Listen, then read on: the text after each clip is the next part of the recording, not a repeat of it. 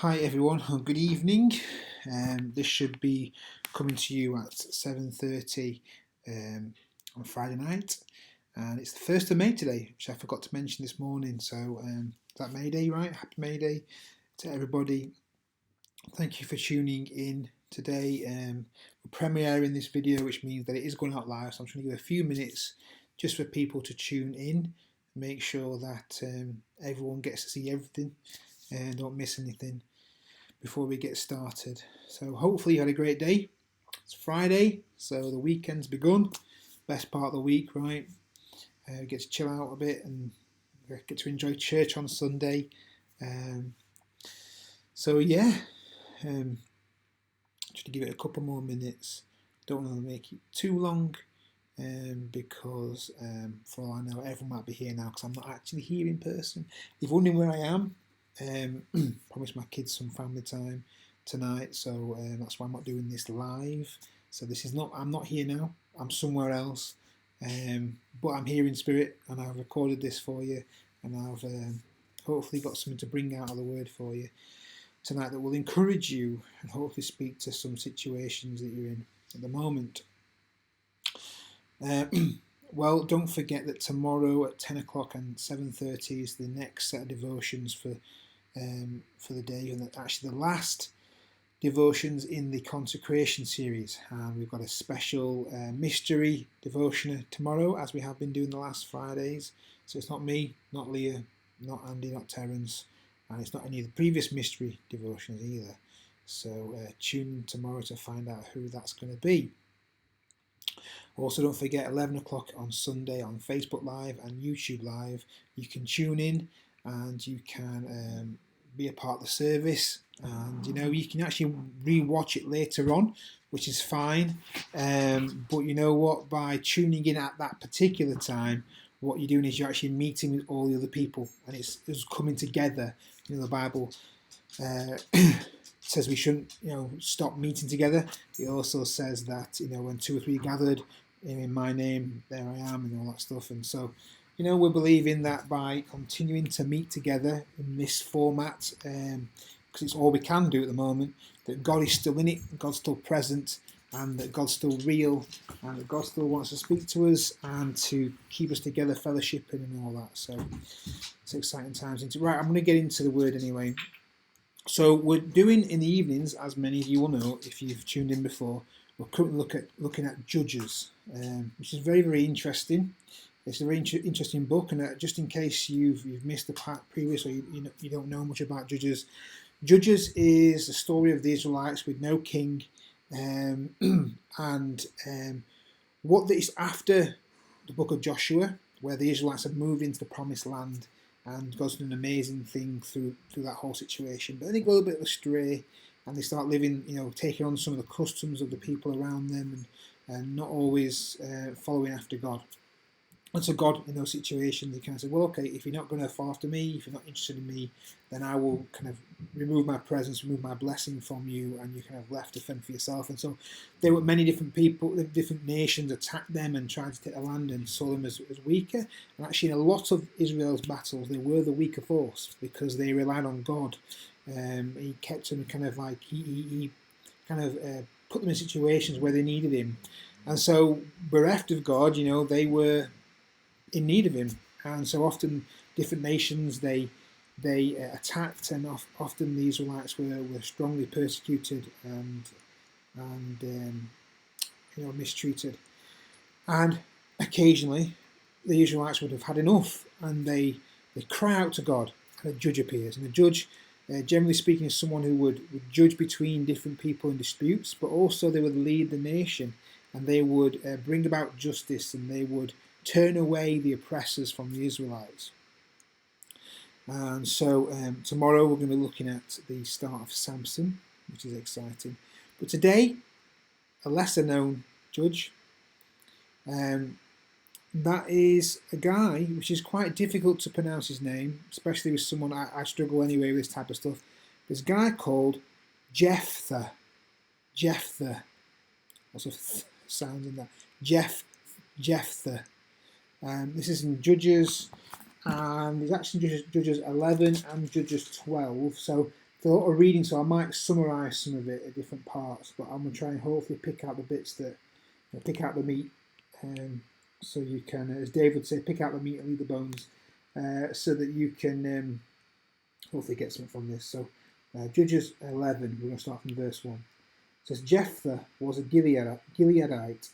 He was a mighty warrior. His father was Gilead. His mother was a prostitute. Gilead's wife, so this is not his mother, this is another lady that was married. In those days, people married to more than one person. Or at least men married more than one woman in those days. So his Gilead's wife also bore him sons. So this is someone different, like I said. So these are his half brothers. And when they were grown up, they drove Jephthah away. You are not going to get any inheritance in our family, they said, because you are the son of another woman. So Jephthah fled from his brothers and settled in the land of Tob, where he found a group of adventurers gathered around him and followed him. Sometime later, when the Ammonites made war on Israel, the elders of Gilead went to get Jephthah from the land of Tob. Come, they said, be our commander so we can fight the Ammonites. Jephthah said to them, didn't you hate me and drive me from my father's house? Why do you come to me now when you're in trouble? We'll just stop just there for a minute and just think about this. So we've got the very people that drove him out are now coming to him asking for help. I want to ask you a question. Have you ever been mistreated by somebody? You ever been someone's done something to you that's hurt you, upset you, and left you at a disadvantage? These brothers of his own family turfed him out, and yet they're coming to him for help. Why? Because when he was turfed out, rather than wallowing in his upset, rather than seeking revenge, rather than drinking himself into oblivion and letting his life crash down and accepting his fate as, being cast out and being left and all this stuff, instead he gathered people around him, these adventurers, and he became something, became a leader to him. And I guess what I want to bring out of that for you is that, when people wrong us, we don't need to hold on to unforgiveness or upset. We don't need to seek revenge. What we need to do is just go and be fruitful. Go and do well. Go and do the best you can do. Go and live up to your full potential. The best way to, and this sounds like I'm going back on what I said, but the best way to get back at people who have treated you like that is just succeed. Do good. Be great. Be the best you can be.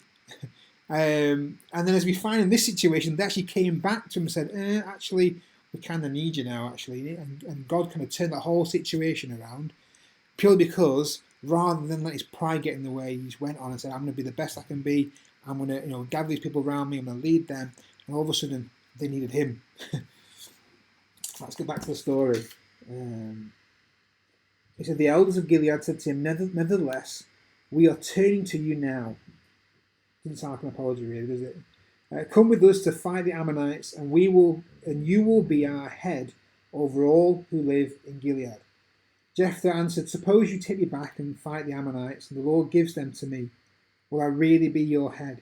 Interesting, because what this guy is really saying is, how do I know I can trust you? You hurt me before.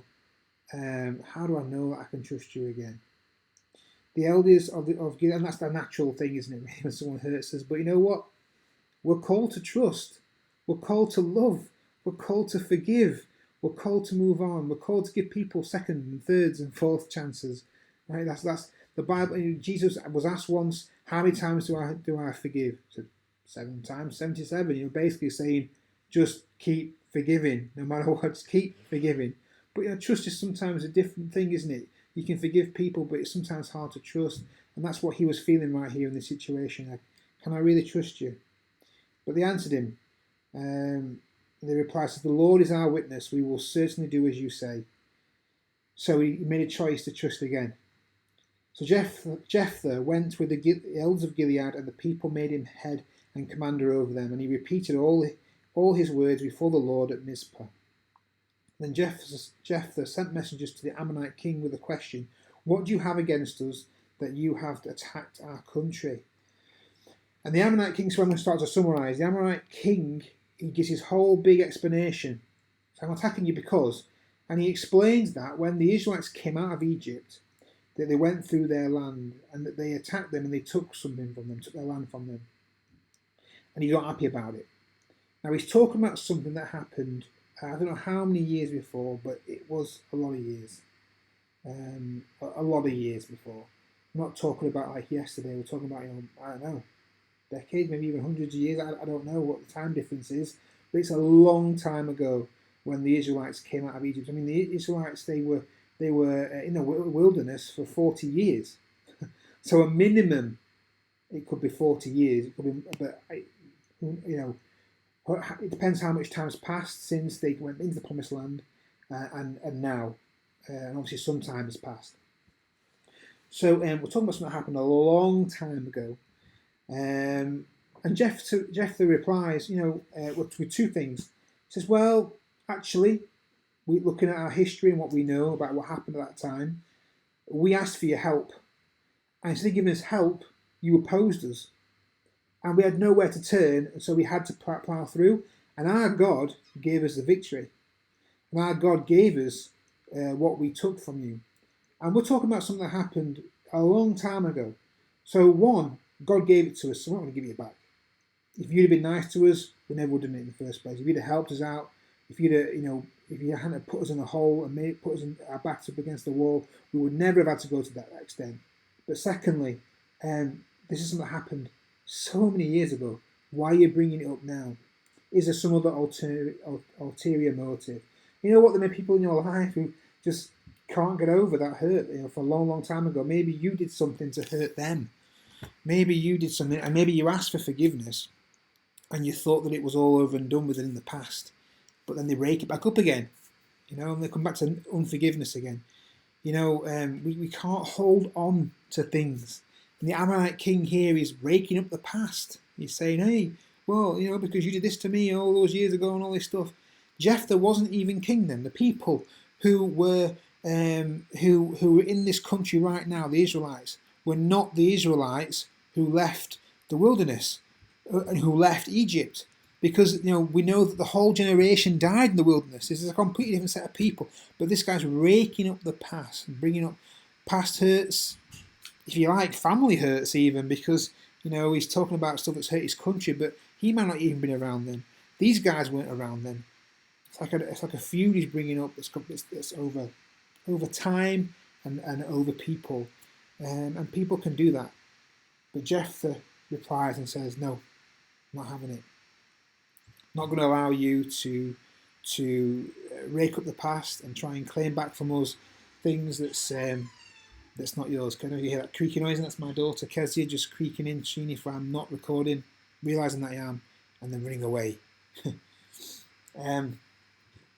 So it says the Spirit of the Lord, I've skipped a bit to verse 29, the Spirit of the Lord came upon Jephthah. He crossed Gilead and Manasseh, passed through Mizpah and Gilead, and from there he advanced against the Ammonites, and Jephthah made a vow to the Lord. Now Jephthah so far has been seems like a wise guy, quite a hard done to guy, but he seems to have made some good choices. He seems not to be pushed around by people. He seems like a decent guy. But then he does something I don't think he was thinking straight, and he paid the price for it. So he went over to fight the Ammonites. Going back to verse 30, it says, then Jephthah made a vow to the Lord, if you give the Ammonites into my hands, whatever comes out of the door of my house to meet me when I return in triumph from the Ammonites will be the Lord's, and I will sacrifice it as a burnt offering. He made that commitment without even knowing or thinking what it may lead to. We'll be careful when we give our word to people. We'll be careful when we make commitments and promises, because we should honour them. And Jephthah has put himself in a difficult situation. He doesn't know what's going to happen. We're going to find out what happens in a bit. So Jephthah went over to fight the Ammonites, and the Lord gave them into his hands. He devastated 20 towns from Aroer to the vicinity of Minnith, as far as Abel Keramim. Thus the Israelites subdued Ammon. When Jephthah returned to his home in Mizpah, who should come out to meet him but his daughter dancing to the sound of tambourine. She was was an only child. Except for her, he had neither son nor daughter. When he saw her, he tore his clothes and cried, "Oh, my daughter, you have made me miserable and wretched, because I have made a vow to the Lord that I cannot break." And she, being quite graceful, helps him to honour that. She asks for some time. She goes away for 2 months to mourn the fact that she's going to die and that she's never going to have a life, never have a husband, never have children. She takes some friends up with her, and the Israelites actually go on in years to go to commemorate that, and they go up and do a similar thing. They go out into the mountains and they spend a couple of months there, and they just do it to commemorate the fact this woman, this girl, didn't get to have that life, but she did help to honour a vow that Jephthah had made to the Lord. And just goes to show that we've got to be really careful. Our words carry weight, and we've got to watch what we're committing to. And if we make a commitment, we've got to stick to it. Then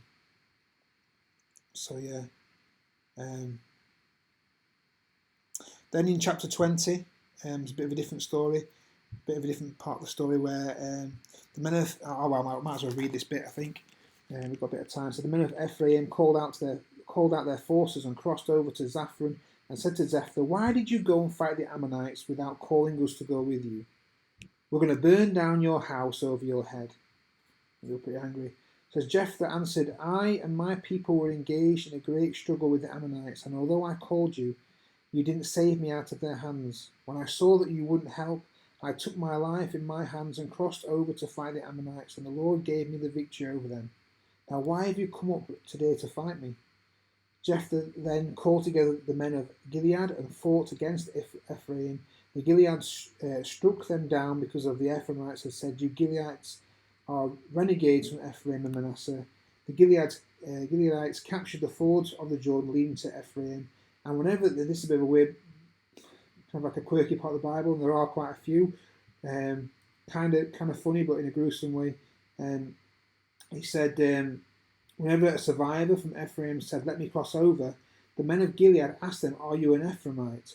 If he replied no, they said, "All right, say Shibboleth."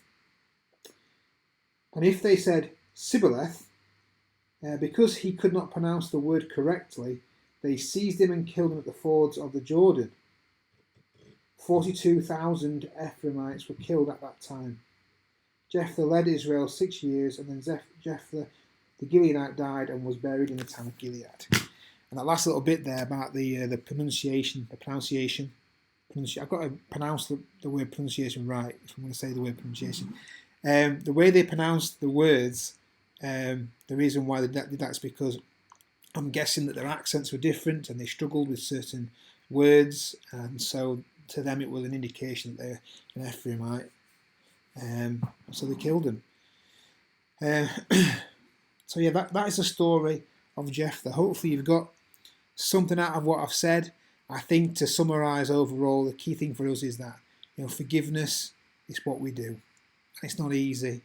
Jephthah, he had to learn to trust again, and he ended up, actually what came out of that second that decision to trust again was that the Israelites were saved from an opposing force, and also what came out of him being cast aside by his own brothers and pushed away meant that actually he was positioned to be ready to do that.